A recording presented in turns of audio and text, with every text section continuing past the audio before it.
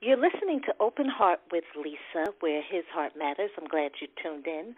And I just want you to know, before I even get started, what Open Heart is and what Open Heart is not. Open Heart with Lisa is not a therapy session with a psychologist, a psychiatrist, or marriage counselor. It's not any of those that I've just mentioned. What it is a platform that I've created so that men can come on my show and speak openly and honestly about matters of their heart. Ladies, most of us know that when we have problems, we have no problem sharing with each other. We can be very vocal. We can be very honest. But you'll find a lot of times when it comes to matters of the heart, for men, sometimes it's just not that easy for them to voice their feelings or for them to put themselves in a vulnerable position. I just heard a gentleman say to me yesterday the reason why he doesn't share his heart because he's scared if he lets a woman know where he hurts, she would use it against him. So this platform is to allow men to come on in an anonymous way to share his heart. Now, if you've been listening to the previous show, I have a gentleman on. We're calling him Jerome from Washington, and we're talking about this particular topic, married, laid, and lonely. Once again, married, laid, and lonely. And this is conversation number 2. And Jerome, are you there? I'm here. Good. So let's get right into it, Jerome. Let's just start with everybody knowing that you do love your wife. And you still are married. Absolutely. Okay. Let's just start that off right from the top. And I just want to ask you, there's a reason why we're talking about married, late, and lonely. And I want to get into that, too, what that actually means, married, late, and lonely, from my perspective. A lot of times there are many people who are married and they've gotten to the point where they love each other, but they're very lonely. And what Jerome has described to me was how much he loves his wife, but how lonely he is in the relationship. And so, Jerome, I want to talk to you about, I know when you first got married, your initial years, I think yesterday we were talking about, I asked you how many years were you basically in marital bliss, and you told me for several. Do you remember when things started to change? Was it subtle, or was it some drastic stuff that began happening? When did the relationship begin to lose its flavor, I should say? I would guess that I'd have to follow along the lines you just suggested, and it is something that's subtle but insidious, and it kind of starts out where you find yourself being focused on the day-to-day challenges of just getting through life. And in many instances, your time is not always your own. And so you put forth as great an effort as you can to kind of maintain the positive attributes of your relationship, but other things seem to get in the way. But, for me, I guess what really was the trigger point for me to say, hey, wait a minute, things are not really moving along as smoothly and as positively as I'd like them to, is when I noticed that we weren't spending any real quality time together. And there are a combination of factors for that. I mean, we go from having one child to having 2, which requires a lot more energy and a lot more focus on them. Mm-hmm. But that doesn't necessarily mean that we can't make it family and a mutual quality time that we spend together. You have challenges, according to your profession in terms of your professional life. I know that for me, there came a number of promotions that required more responsibility and accountability and more time at work. Hours got longer. And what I noticed is that as I moved into that realm where I had to deal with some of these things, what I perceived, and you may get a disagreement from her, is that her focus changed from trying to provide quality time for us as a unit to quality time for her with her other pursuits, whatever they may have been. And I'm okay with that except that we still needed to make sure that we remained whole from a associational point of view, from a relationship point of view. And I started to feel that that wasn't something that was her priority anymore, because now her focus kind of shifted to her extended family and her friends. Okay, and let's go back, though. Let me ask you a question. Mm-hmm. Let me just go back, okay? Because did you not have friends around and family? Well, I had friends and family, but I think I have a different perspective on what your relationship is with the one that you're betrothed to. And from my perspective, if I'm married to you, you are my nuclear family. You and the children that we sire are our nuclear family. And those are the ones that are going to get my attention. And, yeah, I have, siblings and parents that are out there that if there's a need, if there's an emergency, if there's a generalized requirement that I have to partake in something that they're doing, I'm more than willing, able, and happy to be a participant. But that's not where my focus lies on a day-to-day basis. My focus lies at home. And okay, so let's on go our back issues. now. Let's go back, and if we go, because I'm quite sure everything is a gradual step. I don't want to say in the wrong direction, but a gradual step into the somewhat distance that you might have with your spouse. So when you both were working, let's just say 9 to 5. Let's say, I'm not necessarily those hours, but let's say you're both working 8 hours a day. Right. Let's just say. Right. And at some point, I'm assuming you were both working about the same amount of hours a day, right? It's always been me more, but okay. So you were working a little bit more, and now your wife she's working, and she also has minor children. Mm-hmm. But you're saying you also shared with the rearing of your children, so everything wasn't on your wife, right? Absolutely not. Absolutely not. I want all that to be clear, because I want people to hear and understand, because you have situations where there are some women who are married and their husbands don't participate that much. The husbands might come home and whatever, but the wife comes home from work and then she still has to cook, clean, homework, this, that, and the other. But you basically co-parented.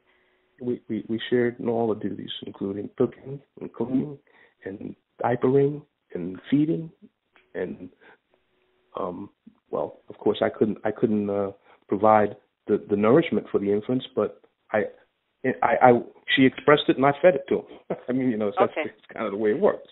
Yeah. She'd express it, and in the morning it would be in the refrigerator. And during the morning, I'd feed them and I'd bathe them and I'd take them to daycare, and I'd go pick them up after work, and I'd come home and feed them and make their cereal, and so it wasn't one of those things where everything was on her. That definitely was not the case. So in those particular years when your children were babies, were you able to make time for each other the way that was satisfying to you? It was challenging. It could be difficult at times when you have younger children, but I don't think that was really the thing. I mean, as I said, it's and as you said, it's something that kind of evolves over time. But what I've also realized is that as the kids get older, they don't require more time, but they require different kinds of time. And you adjust to that because you understand that you have children in your life. They're, again, part of the nuclear family. And so you find a way to provide time for them and also provide time for each other. And that's the way I think that it should be. And extraneous requirements are secondary to me, but I don't think that they became secondary to her at any point in time. Okay, so here you are, you have minor children, very minor children, and you,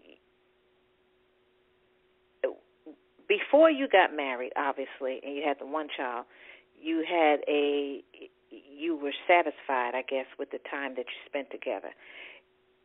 It was after you got married and when you had the second child, do you think then the quality time that you and your wife spent, was it then that it began to dissipate? Because I'm just trying to figure out, is it the additional child that then you have more, you have two children pulling on you now instead of one? Did it change more so when the second child came? I don't think it necessarily changed more so. I think that, of course, it has an impact because now there's even greater demands that are placed on both of us. But you have to respect the need that's there and do what you need to do in order to be able to accommodate it. And yeah, it has some detrimental impacts on our ability to spend time together, but it also had some positive impacts on our ability to spend time together in the sense that we did things as a family. So it kind of, over time, you adjust to that. You understand the need for that. It's not that you never have any differences of opinion about how that time gets spent, but you definitely understand that it's necessary in order to have a family unit. So I don't think that those things necessarily were the things that kind of turned us into a situation where I felt totally left out. Of course, there were times where we competed. Do you want to be with the kids and do this, or are you going to do this with me? And those things happen, but you get over that. That's just the natural, ebb and flow of a relationship and the balance that you have to find and maintain in terms of the family structure. And, family life. And we work through that. Right, we work through that. Okay. I think that more to the point though is that, as I said, the externalities to that family unit are kind of what I find that have driven me to having less and less face time with my wife, not spending a lot of time in conversations other than talking family business, because it's always about, this person wants me to do this, or that person wants me to do that, or I have to do this with this person or that Jerome, person. before we get to that part, though, I'm trying to figure out, because it wasn't always like that, right? Was it always, even when you were dating and when you first got married, was it always that she had, the friends and the family that she participated her life with? Was it always like that? They participated, but there were boundaries, and she set those boundaries in the sense that this is time I'm dedicating to spend with my man, or this is time I'm dedicating to spend with my family.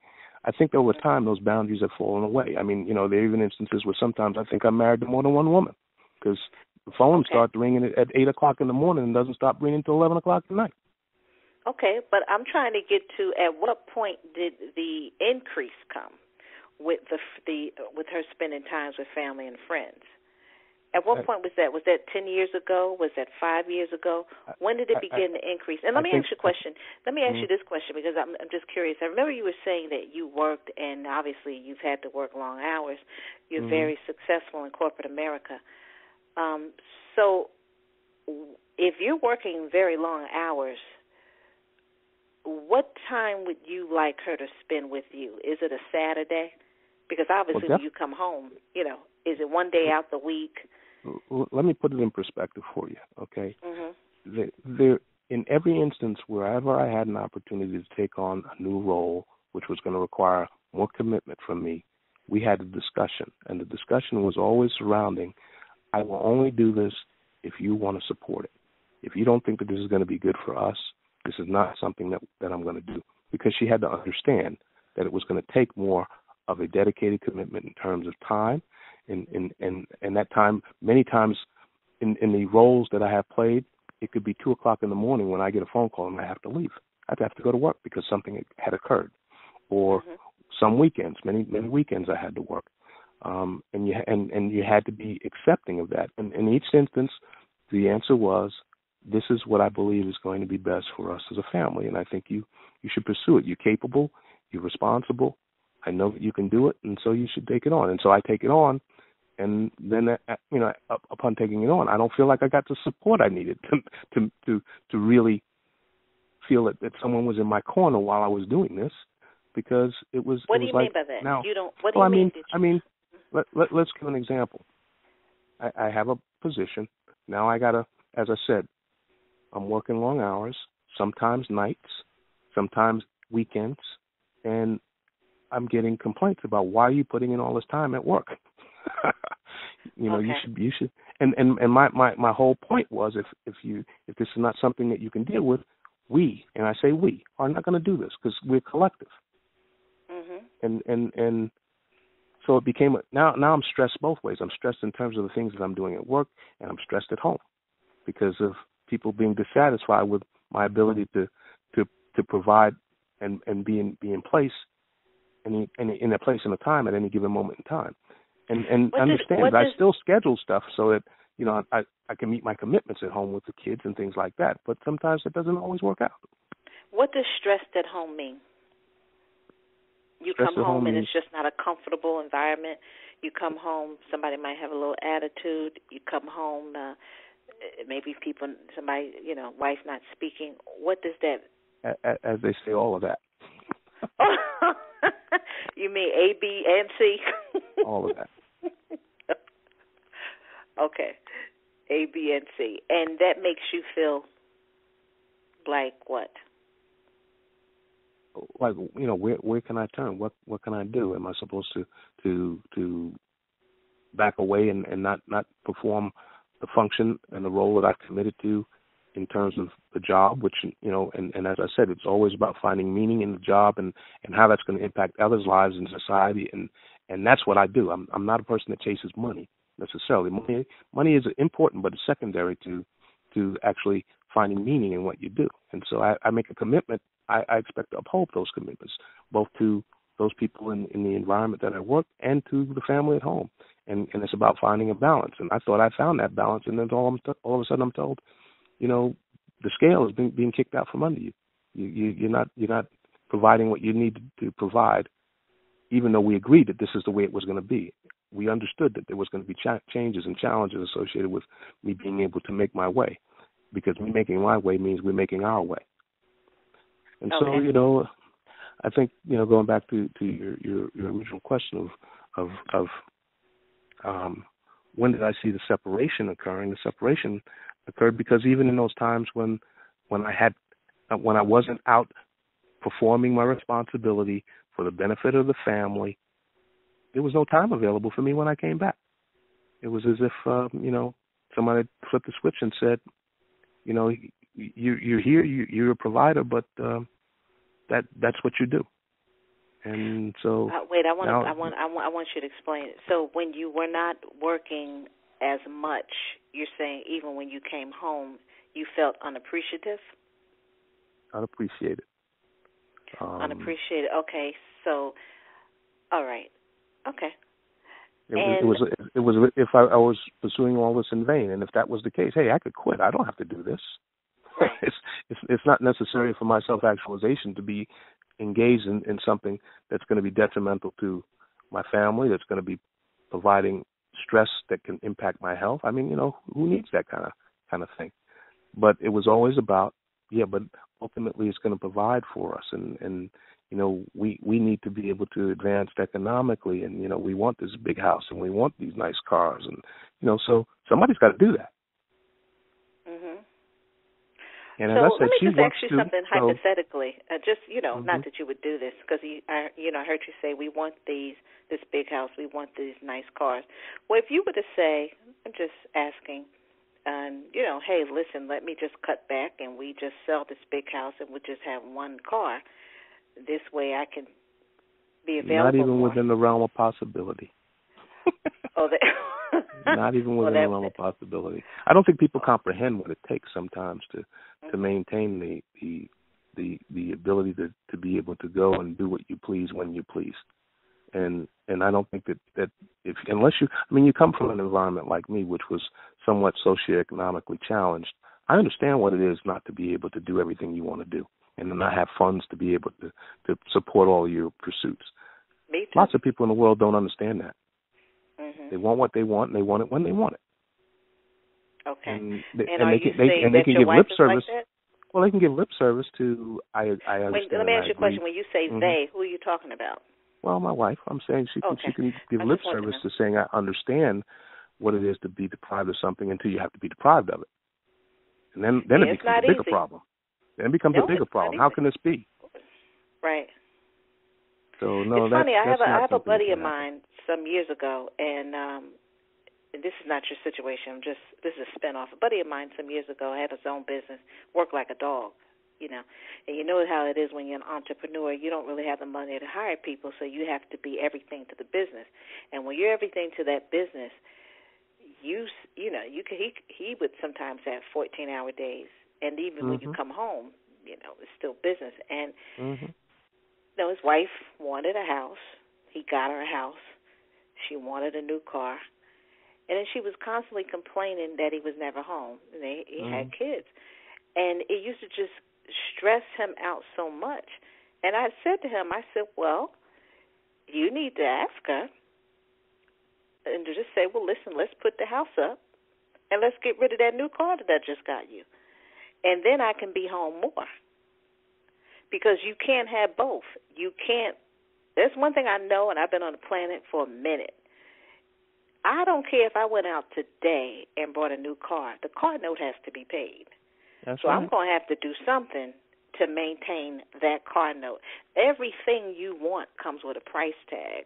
I've never had anybody give me a car. Nobody has given me a house. So whatever I need to achieve, I've got to work for it. And my buddy, and actually him and his wife got divorced. And the stress that he was under. Because the truth of the matter is, like he said, he didn't care what he did. Well, if I provide, you ask for stuff. And that was back then. Remember back in the day when you would make toll calls and they would charge you? Yeah. Remember now toll calls are free and long distance calls basically free. But back then you'd make a toll call. My girl she was a housewife, so she didn't work. She was just calling all over the place. He would have phone bills over $1,000 a month. Well, it's that kind of thing. I mean, and don't get me wrong. As I said, I will continue to say this. My wife works. She pursues a professional career, and she brings compensation to the household in terms of a paycheck or salary. The difference though is that when she decides she doesn't want to work, I can carry our load. When I decide I'm not going to work, we're in big trouble. Oh. So it boils down to, understanding that you have to be able to have ability to manage your financial capacity to the best degree possible to be able to be financially whole. And that's the as opposed to do what I want, spend what I want, buy what I want, and don't worry about it because somebody's going to pick up that slack. And in a matter of speaking, it's my fault because I created that. Create the environment so that people can understand that when you got to pay college tuition, somebody's going to pay it. Well, guess who pays it? When you say you've created the environment, I said to somebody I know last night, just going into conversation, because I do a lot of talking to men, and I said to a gentleman last night, he was sharing something with me about his personal life. I said, well, we've got to understand what we create. Yeah, and the way you start is the way you finish. And then you cannot really get upset with her. I said, when you created that monster. but let me give you a caveat to that. And this is what a lot of women don't. There's a lot of women don't understand.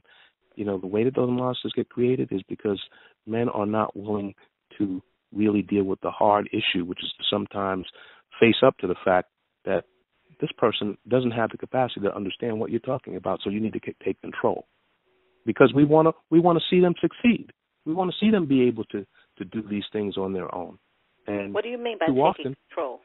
Well, in the sense that let's give an example. You go out and you're gonna buy a new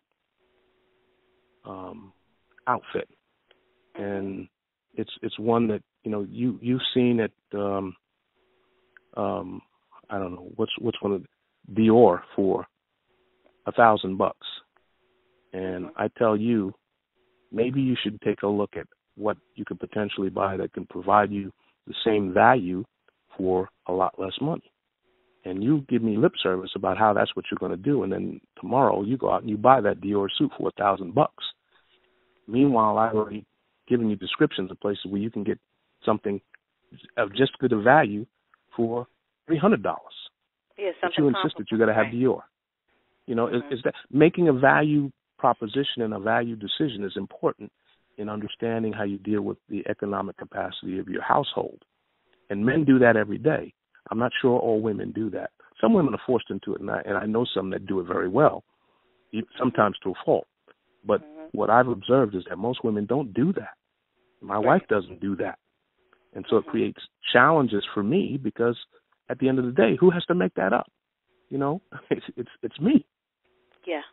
And so, that's a challenge. That's one of the challenges. And how does that make you feel? Let me ask you a question too. And so, how does that make you feel when I don't know if I'm using the right term, but when that money gets mismanaged because maybe something else could have been done with, or even if hey, even though you had 1,000, you spent 300, 700, we could have saved or put someplace else.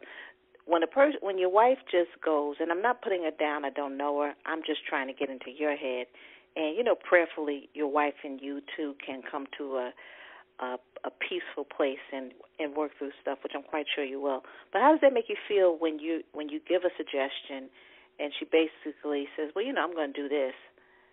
Does that make you feel less than a man, disrespected? Exactly what is that feeling? Oh, I wouldn't say less than a man. I don't think anything is going to make me feel like less than a man. I don't think I would allow that in any shape, fashion, or form.